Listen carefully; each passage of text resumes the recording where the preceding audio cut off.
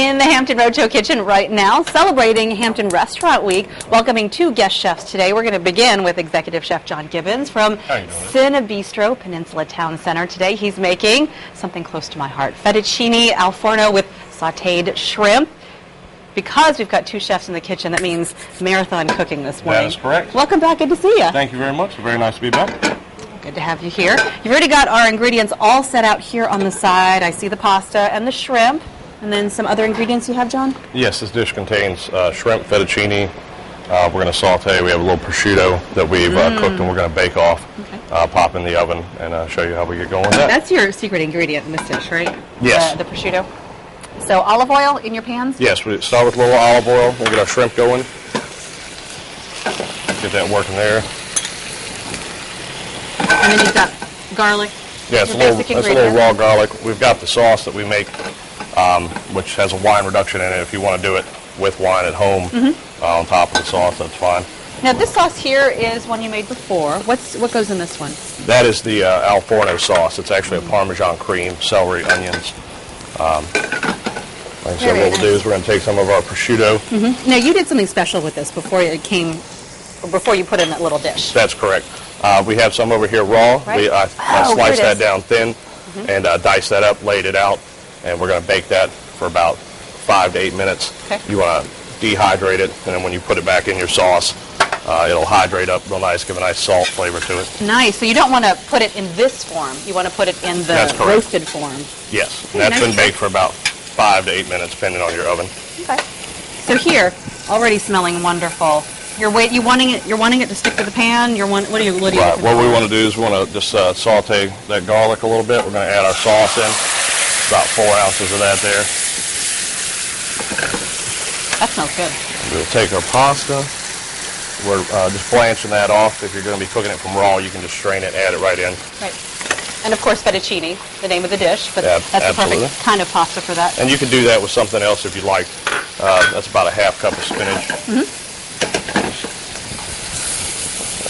Nice ingredients for your fettuccine. It's got a good color to it. Al forno is usually an Italian oven preparing style, but what we do at the restaurant is we pop it under a broiler after we top it with Parmesan to get a nice crisp to it. What we're going to do here is just taking we don't have a broiler, so we're just going to top it with the Parmesan. That's great.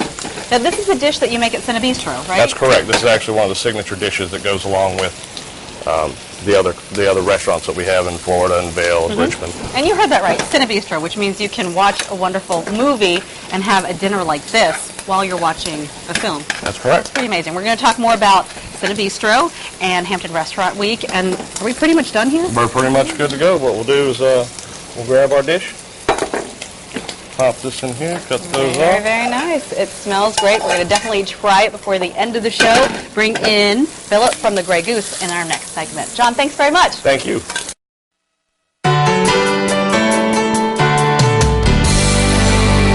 Hampton Restaurant Week with the Grey Goose. Philip Epstein, executive chef here. And we're going to make challah bread. Hi, yes, we are. We're going to make challah. It's a traditional Jewish bread that's used on the Sabbath, starting Friday night and into Saturday. It's a 6-braided loaf, so we're going to go ahead and get started here.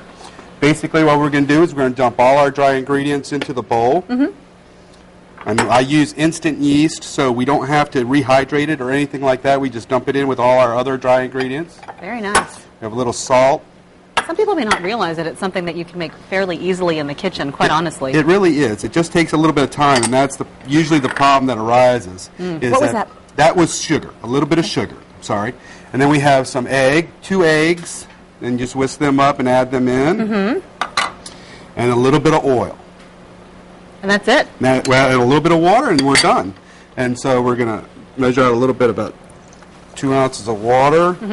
And I know in baking you have to be pretty precise. So. Yeah, baking is a little bit more precise than a lot of your other cooking items. The water you add in last, you're doing that for a reason. Yeah, because the flour sometimes has more moisture content in it, so you and the moisture in the air, especially down here, so sometimes you have to add a little bit less water. Gotcha. And sometimes, depending on where you are, you might have to add a little bit more. So is there something you're looking for as far as consistency to know that you're doing it the right way, that you've got enough liquid, or? Well, I'm looking for a feel. It's actually a feeling. That's another thing that you get as you bake, is it's a feeling of the dough. And if it's too stiff, you know you need a little bit more water.